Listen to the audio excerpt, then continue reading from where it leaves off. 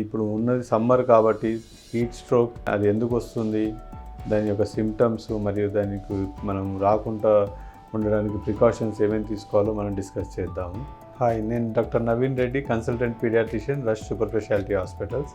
Heat stroke అనేది main ఏంటంటే మన బాడీలో హీట్ రెగ్యులేటింగ్ మెకానిజం డిస్టర్బ్ అయినప్పుడు హీట్ స్ట్రోక్ అంటే బాగా బయట వాతావరణంలో 40+ డిగ్రీస్ టెంపరేచర్ ఉండి మన బాడీకి తట్టుకోలేని శక్తి ఉన్నప్పుడు బాగా డిహైడ్రేషన్ అయిపోయి మనకు డిహైడ్రేషన్ సిమ్టమ్స్ అంటే వామిటింగ్స్, హెడేక్, డ్రై స్కిన్, ఇవన్నీ లక్షణాలు మనం రెగ్యులర్ చూస్తున్నాం. సమ్టైమ్స్ కొందరు పిల్లలలో ఈవెన్ ఫిట్స్ కూడా వస్తుంటాయి. Even they may go to some అంటే కొన్నిసార్లు అన్కాన్షియస్ స్టేజ్లో కూడా వెళ్తుంటారండి.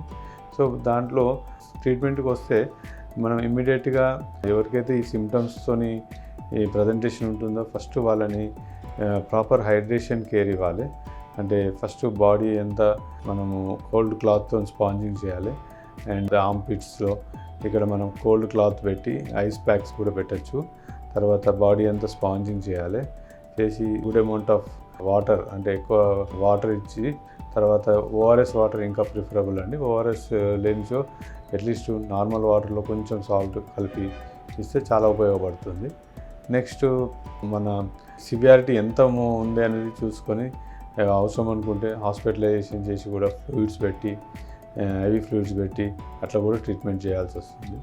సో హీట్ స్ట్రోక్ అనేది చాలా ప్రమాదకరమైనది. దీన్ని రాకుండా చూసుకోవడమే చాలా ముఖ్యం.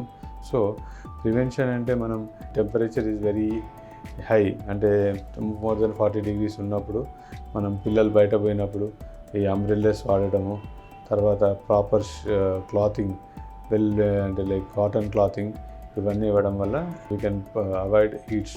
మీరు ఇంకా థిక్నెస్ అనిపిస్తే మీరు ఎనీ టైమ్ రష్ హాస్పిటల్లో 24 hours పీడియాట్రిషియన్స్ ఉంటారు. So you can come and take our service.